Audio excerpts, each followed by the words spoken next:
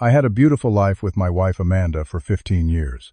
Our daughter Lily just turned 17, and we were what anyone would call the perfect family. That was until Amanda dropped a bombshell that shattered everything. She told me she needed to stay with her ex-boyfriend Jason for 15 days to help him heal after an accident. What made it worse was our daughter taking her side completely. I want to share where it all went wrong. Before I dive into this shocking story, let me know where you are watching from. Hit that like button and subscribe to hear how this nightmare unfolded. I am Shane, 38 years old, and work as a structural engineer for a major construction firm in Boston. I met Amanda during our final year of college when I was 23, and she was 21. She was studying nursing while I was completing my engineering degree. We clicked instantly over coffee when we accidentally grabbed each other's orders at the campus cafe. Her smile captivated me immediately, and her compassionate nature sealed the deal. 6 months later, we were inseparable. Amanda and I dated for 3 years before getting married. By then, she had already established herself as a competent nurse at Massachusetts General Hospital. I had landed a good position at an engineering firm. We bought our first house in the suburbs shortly after our wedding, a modest 3-bedroom that we turned into our sanctuary. We welcomed our daughter Lily a year into our marriage, and watching Amanda become a mother was one of the most beautiful experiences of my life. As Lily grew, so did our family bond. Every summer, we took family vacations to different states. Last year, we went to the Grand Canyon, and the year before that, we spent 2 weeks exploring the beaches of Florida. Our photo albums were filled with smiling faces and perfect memories, or so I thought. Before Amanda met me, she had been in a serious relationship with a guy named Jason. They dated for 2 years during her early college days. From what Amanda told me, they were pretty serious, but Jason had received a job offer in California that he could not turn down. They tried long distance for a few months, but eventually they both agreed to part ways amicably. Amanda rarely mentioned him, though I knew they occasionally interacted on social media. I never thought much of it. I trusted my wife completely, and I was not the jealous type. I remember the day everything started to change. It was a Tuesday evening, and I had just gotten home from work. Amanda was glued to her phone, her face a mask of concern. When I asked what was wrong, she explained that Jason had been in a serious car accident in Seattle, where he had moved after a few years in California. He had suffered multiple fractures and needed surgery. Apparently, he had no family nearby to help him through recovery. Amanda seemed unusually distressed about Jason's condition. Throughout dinner, she kept checking her phone for updates from mutual friends. I noticed her agitation but attributed it to her natural compassion as a nurse. She had always been sensitive to others' suffering, and I assumed this was just an extension of her caring nature. Over the next few days, Amanda became increasingly preoccupied with Jason's recovery progress. She mentioned that he would be discharged from the hospital soon, but would need assistance during his recovery period. I listened sympathetically, not realizing what was coming next. Then came the conversation that would change everything. Amanda sat me down in our living room after Lily had gone upstairs to do homework. Her eyes were avoiding mine as she fidgeted with the edge of her sweater. "Shane, I need to talk to you about something important," she began, her voice unnaturally steady. "Jason needs someone to help him after he gets discharged. He has no one else in Seattle who can assist him." I nodded, still not catching on. That is tough. "Does he have any friends who could step in?" "Not really. Most of his close friends are back east, and given his injuries, he needs someone with medical knowledge." She paused, taking a deep breath. "I was thinking I could go stay with him for about 15 days to help him through the initial recovery phase." I felt like someone had punched me in the stomach. "You want to go stay with your ex-boyfriend?" For 15 days, Amanda was quick to clarify. "It is not like that, Shane. He needs medical assistance, and I am a nurse. This is purely about helping someone in need, but surely there are professional caregivers in Seattle who could help him." "Why does it have to be you?" I asked, trying to keep my voice level. "Professional care is expensive, and insurance will not cover it for his situation," she explained. "Besides, we have history. He would be more comfortable with me than with a stranger." That comment made my skin crawl, but I tried to be reasonable. "Amanda, I understand wanting to help, but staying at his place for over 2 weeks seems excessive. There are boundaries in a marriage. Amanda's expression hardened slightly. "I thought you would understand. This is about being a decent human being, Shane. He needs help, and I can provide it." I struggled with how to respond. On one hand, I wanted to be supportive of my wife's compassionate nature. On the other hand, alarm bells were ringing in my head.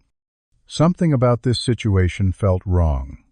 Hoping to find an ally, I decided to discuss the situation with Lily that evening when Amanda was working the night shift. I thought our daughter would surely see the inappropriateness of her mother staying with an ex-boyfriend for 2 weeks. I was wrong. "Dad, I think you are being controlling and selfish," Lily said, her tone disappointingly similar to Amanda's. "Mom is just trying to help someone who needs medical care." "Is not that what she does every day at the hospital?" "This is different, Lily," I tried to explain. "Jason is not just any patient. He and your mother have history." Lily rolled her eyes dramatically. "Ancient history, Dad. Mom has told me about Jason before. They broke up ages ago when he moved away. This caught me off guard. Your mom talks to you about Jason sometimes." Lily shrugged. "She has mentioned him over the years. He seems like a nice guy who just had some bad luck." That night, I lay awake wondering when and how often Amanda had been discussing her ex with our daughter. Had she been keeping him alive in her thoughts all these years? The seed of doubt had been planted, and I could not shake the feeling that there was more to this story than a simple act of compassion. The morning Amanda was set to leave for Seattle, I watched her pack with growing unease. For someone going to play nurse for 2 weeks, she seemed to be packing an awful lot of clothes. I noticed her carefully placing her favorite black cocktail dress in the suitcase, along with the sapphire earrings I had given her for our 10th anniversary. "Do you really need all this fancy stuff to take care of someone who is recovering from surgery?" I asked, trying to keep my tone neutral. Amanda barely glanced up as she continued packing. "I might go out for dinner once or twice if he is feeling up to it. I am not going to be locked in his apartment for 15 days straight, Shane." "Dinner with Jason. While you are supposed to be there as his caretaker." She zipped up her suitcase with more force than necessary. "Yes, Shane, possibly dinner. It is not a crime to eat. Besides, I am not going to discuss my every move with you. I thought we had trust in this marriage." That comment stung. Of course I had trusted her for 15 years. But this situation was testing that trust to its breaking point. After Amanda left the house felt strangely empty despite Lily's presence. My daughter was suddenly busy with school activities and friends, barely spending time at home. When she was around, she was glued to her phone, often smiling at texts or stepping away to take calls in private. I had a sinking feeling she was in contact with her mother more than she let on. The first few days, Amanda called regularly. We had brief, superficial conversations about Jason's condition and how the recovery was going. She always seemed to be calling from his bedroom or bathroom, never giving me a glimpse of her surroundings or him. By the end of the first week, the calls became shorter and less frequent. She always had an excuse why she could not video chat. The reception was bad. She was too tired. Jason needed something. I tried to maintain my normal routine. I went to work, came home, cooked dinner for Lily when she was around, and tried not to obsess over what might be happening in Seattle. But the knot in my stomach grew with each passing day. After a particularly quiet weekend with minimal communication from Amanda, I called my best friend Thomas for advice.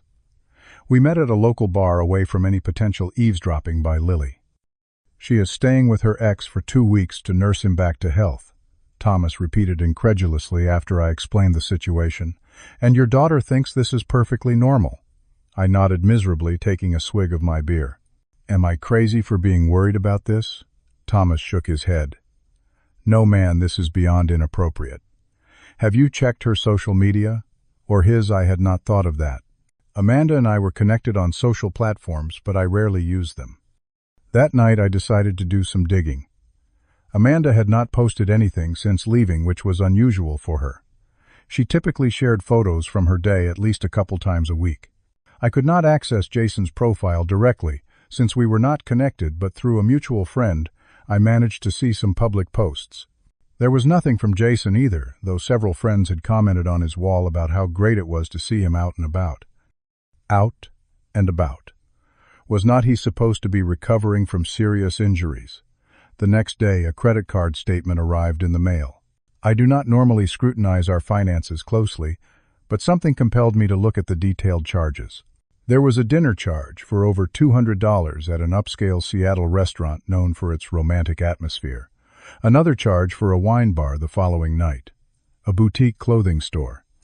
These did not sound like the expenses of someone providing at-home medical care. My suspicions grew stronger when I received a call from one of Amanda's coworkers asking about a schedule swap when Amanda returned. During our conversation, she casually mentioned, "It must be nice for Amanda to have this time away with her old flame." Sometimes we all need a break, right? I was stunned, silent for a moment before mumbling some vague response and ending the call. Her coworkers knew she was with an ex-boyfriend, not just helping a friend, and they saw it as a romantic getaway. The final piece fell into place when I decided to call the hospital where Jason had been treated, posing as a colleague checking on his return to work date. The cheerful administrator informed me that Mr. Jason Turner had been discharged over a week ago and had already returned to work on a part-time basis 3 days ago. 5 days into Amanda's 15-day caregiving mission, Jason had apparently been well enough to go back to work. 12 days into Amanda's absence, I was sitting in the dark living room at midnight, unable to sleep when Lily crept downstairs to use the phone. I overheard her half of a conversation that confirmed my worst fears. "Mom, you need to be careful what you say to Dad when you get back," Lily whispered urgently. There was a pause as she listened. "I know, but if he finds out you and Jason are serious about getting back together, he is going to lose it."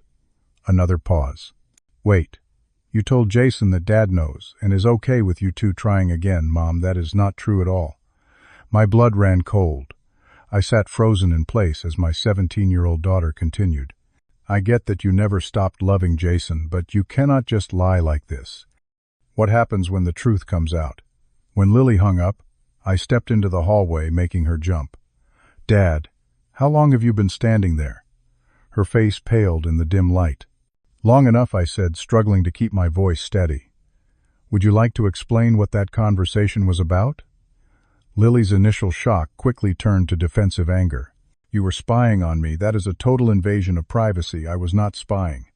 I was sitting in the living room when you decided to have a secret conversation in the middle of the night. Now, what is going on between your mother and Jason?" Lily glared at me then, her shoulders slumped. "You would not understand. Mom and Jason have history. They have always had a connection. Always. Even during our 15-year marriage. It is not like that." Lily protested, though her eyes told a different story. "They reconnected a few years ago online. They are just exploring their feelings, while she is married to me. And you are okay with this." Lily's next words cut deeper than any knife could. "Mom says you were always just her safe choice after Jason left. She settled for stability. Is it so wrong for her to want real passion in her life?" I felt like the floor had disappeared beneath my feet. Safe choice. Settled 15 years of what I thought was a loving marriage reduced to a consolation prize. And my own daughter was defending this betrayal. "Go to your room, Lily," I managed to say. "We will discuss this more tomorrow." That night, I did not sleep at all. Instead, I sat at my computer researching divorce attorneys and looking up what I needed to know about separating our finances. By dawn, I had a plan. Amanda might have taken my pride, but I would not let her take everything else. The day Amanda returned, I was waiting. She walked in with a slight tan, looking relaxed and refreshed, not at all like someone who had been playing nurse for 2 weeks.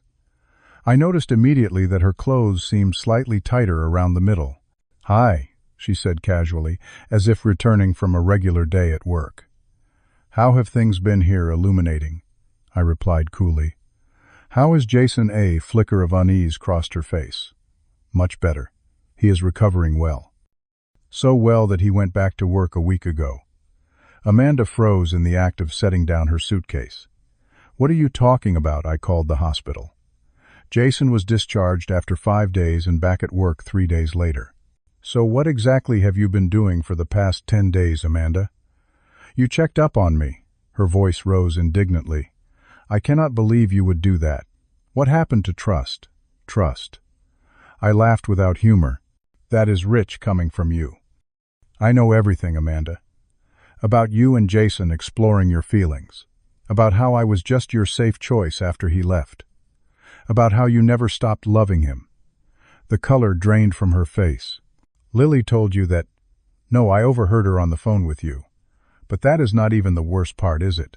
As if on cue, her phone chimed with a text message. It was visible on her screen before she could grab it. Jason, I cannot wait to meet our baby. Have you told Shane yet? The silence between us was deafening. Amanda's hand moved protectively to her stomach, confirmation. I did not need, but got anyway. You are pregnant, I stated flatly. Tears welled in her eyes, but I felt nothing. No sympathy, no pain, just cold, clear focus.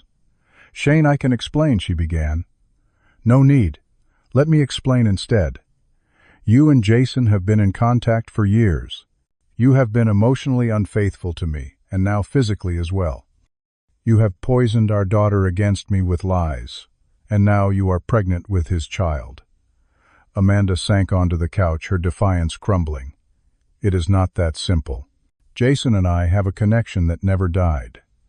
When he reached out 3 years ago, it was innocent at first. Just catching up. 3 years, I repeated. You have been lying to me for 3 years. We were not doing anything wrong, just talking, reminiscing. But when he had the accident, I realized life is short. I needed to see him to know if what I felt was real. And was it, I asked coldly. Yes, she whispered. But I still care about you, Shane. I thought maybe we could work something out. You have been a good husband and father. Maybe we could have an arrangement. I stared at her in disbelief. An arrangement? You want me to accept you having another man's baby while staying married to me? People make alternative relationships work all the time now, she argued. We could still be a family. Lily would still have her parents together. As if summoned by her name, Lily appeared at the foot of the stairs, clearly having overheard at least part of our conversation. Mom, you are pregnant, she asked, her eyes wide. Amanda turned to our daughter, reaching out a hand. Lily, sweetie, yes. You are going to have a little brother or sister. Is not that wonderful? I watched my daughter's face, expecting shock or disappointment. Instead, after a moment of processing, she smiled. That is amazing, Mom. Jason must be so happy. In that moment, I realized I had lost them both long before this confrontation. They had created their own little conspiracy, their shared secret about Amanda's true love, leaving me as the outsider in my own family. Lily, I said quietly, your mother has been having an affair. She is pregnant with another man's child, while still married to me. How can you possibly think this is okay? Lily crossed her arms defensively. You just do not understand love, Dad. Mom and Jason were meant to be together. They have a soul connection. Sometimes these things happen. These things happen, I echoed incredulously. Betrayal happens. Lying happens. Turning my daughter against me happens. Is that what you are saying? You are making this all about you. Lily shot back. Mom deserves happiness. And she has been miserable for years, feeling trapped in this boring life. Amanda looked alarmed. Lily, that is not exactly what I said. You did say it. You told me last year that you sometimes wonder what your life would have been like with Jason, how much more exciting and fulfilling it might have been. Each word was another nail in the coffin of my marriage. I turned and walked to our bedroom without another word. I needed to execute my plan before emotion could cloud my judgment. Over the next 2 days, I moved methodically. I visited my attorney and filed for divorce, citing adultery with documented evidence. I transferred half of our joint savings to a new account in my name, only leaving the other half accessible to Amanda, which was more than fair given the circumstances. I documented all our assets and changed the passwords on my personal accounts. I contacted a real estate agent about listing the house. When Amanda realized what was happening, the facade of confidence crumbled. Shane, please, can we just talk about this? We can go to counseling. I made a mistake.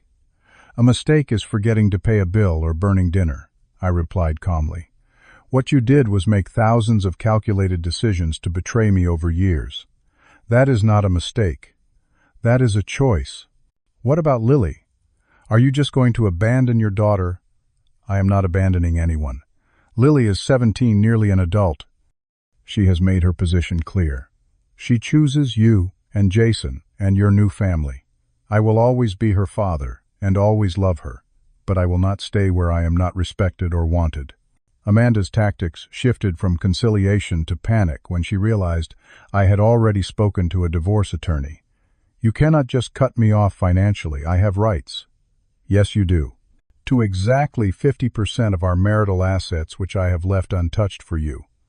But not to a cent more, and certainly not to ongoing support while you build a life with your lover. When Lily realized the gravity of the situation, that I was serious about the divorce and selling the house, she too began to panic. Dad, where am I supposed to live? What about my school and friends? You said yourself that you support your mother's choices and Jason's place in your life. I assumed you would be living with them. The look of uncertainty that crossed her face told me something I had suspected. Jason had no interest in playing daddy to a teenager. He wanted Amanda and his new baby, not the package deal. This was confirmed when Amanda came home in tears a few days later. Jason says I cannot move in yet. He says his place is too small for all of us, and he needs time to adjust to the idea of having Lily around. That sounds like a Jason problem, not a Shane problem, I replied. Please, Amanda begged. Just give me a few more months here while we figure things out. I will sleep in the guest room. No, I said simply. I have given you 15 years. I will not give you a few more months to use me as your safety net while you figure out your new life with Jason. You have 48 hours to pack your essential belongings. The rest can be sorted during the divorce proceedings. I watched as reality finally hit her. There would be no easy transition, no having her cake and eating it too. The comfortable life she had taken for granted was over-replaced by the harsh consequences of her choices. I contacted both our families not to create drama, but to get ahead of any narrative Amanda might spin. I spoke with my parents and hers, explaining simply that Amanda was pregnant with another man's child after an affair and that our marriage was over. I did not embellish or seek sympathy. The bare facts were damning enough. The fallout was swift. Amanda's own parents were horrified at her behavior. My parents rallied around me with support. Friends who heard the story largely took my side, including several of Amanda's co-workers who had been kept in the dark about the extent of her deception. Within a week, Amanda and Lily had moved into a small apartment Amanda could afford on her nurse's salary. Jason was noticeably absent from the moving process, sending a clear message about his level of commitment. The most painful part was watching Lily go. Despite everything, she was still my daughter, the little girl I had raised and loved. But she had made her choice clear, siding with Amanda and the fantasy of a new family with Jason. As she left, I told her my door would always be open to her when she was ready to rebuild our relationship on a foundation of mutual respect. Once they were gone, I threw myself into rebuilding my life. I joined a gym and started working out daily, channeling my anger and pain into physical improvement. I reconnected with friends I had neglected during my marriage. I focused on excelling at work, earning a promotion that had been in the wings for months. For the first time in years, I prioritized my own happiness and well-being. 6 months passed. The divorce was finalized, the house sold, and I had moved into a modern condo closer to downtown. I had started dating again cautiously, still healing but open to the possibility of connection. Then came the call from Lily. Dad. Her voice was small, uncertain. Can we talk? We met at a coffee shop. She looked different. Older, more worn less. Like the carefree teenager who had left our home half a year earlier. Jason left, she said without preamble, right after the baby was born. He said he was not ready for fatherhood after all. Mom is a mess. We can barely afford the apartment, and she had to take extra shifts at the hospital. I am watching the baby when she works. I listened without commenting, allowing her to continue. I am so sorry, Dad, she finally said, tears streaming down her face. I was horrible to you. I believed all these romantic stories Mom told me about Jason being her true love. I thought you were the villain standing in the way of their perfect ending. I was so wrong. I reached across the table and took her hand. Lily, you are my daughter. I have always loved you and always will. You made mistakes. So did I by not seeing what was happening in our family. We all have to live with the consequences of our choices. Can I come home? She asked in a small voice. Not right away, I know, but someday I miss you. I miss our life. That home is gone, I said gently. But we can build something new, a different relationship based on honesty. It will take time, but we can start now today with this conversation.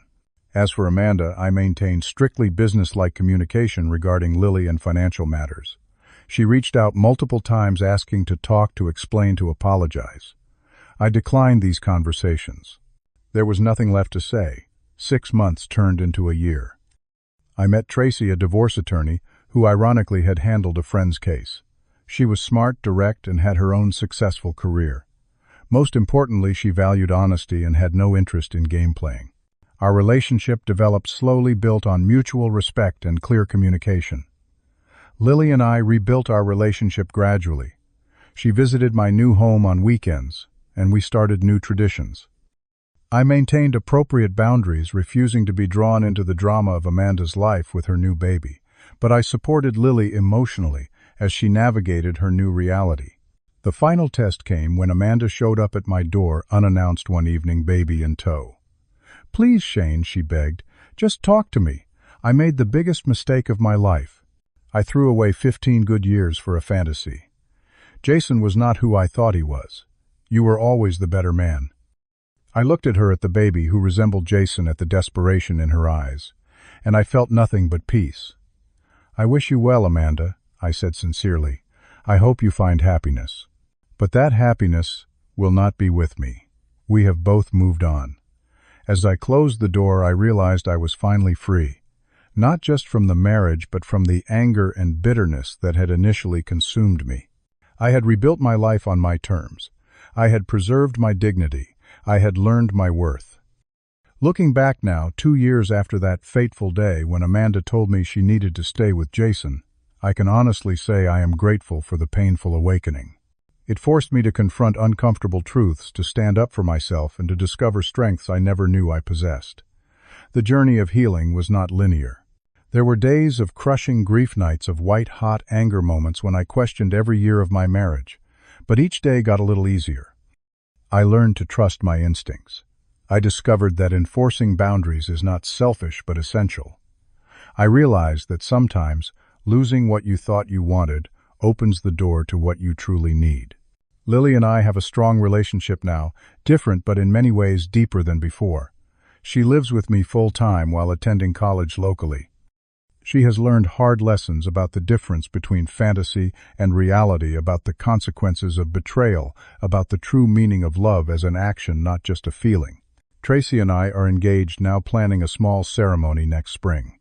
She makes me laugh, challenges my thinking, and demonstrates through her actions the meaning of partnership. We have clear conversations about expectations and boundaries.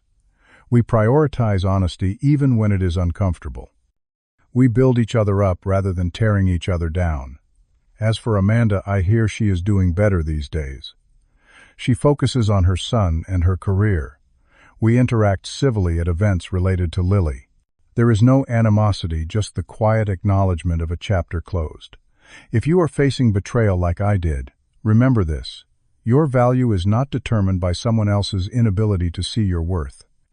The path forward begins with respecting yourself enough to walk away from what diminishes you. Forgiveness is possible without reconciliation. New beginnings often hide behind painful endings. What do you think is the most important boundary in a relationship? Have you ever had to make the difficult decision to walk away from someone you loved? Share your thoughts in the comments below, and if this story resonated with you, please hit that like button and subscribe for more real-life stories about overcoming life's greatest challenges. Remember that sometimes the hardest decisions lead to the most beautiful destinations. Thank you for listening to my journey, and I wish you strength and clarity in your own path forward.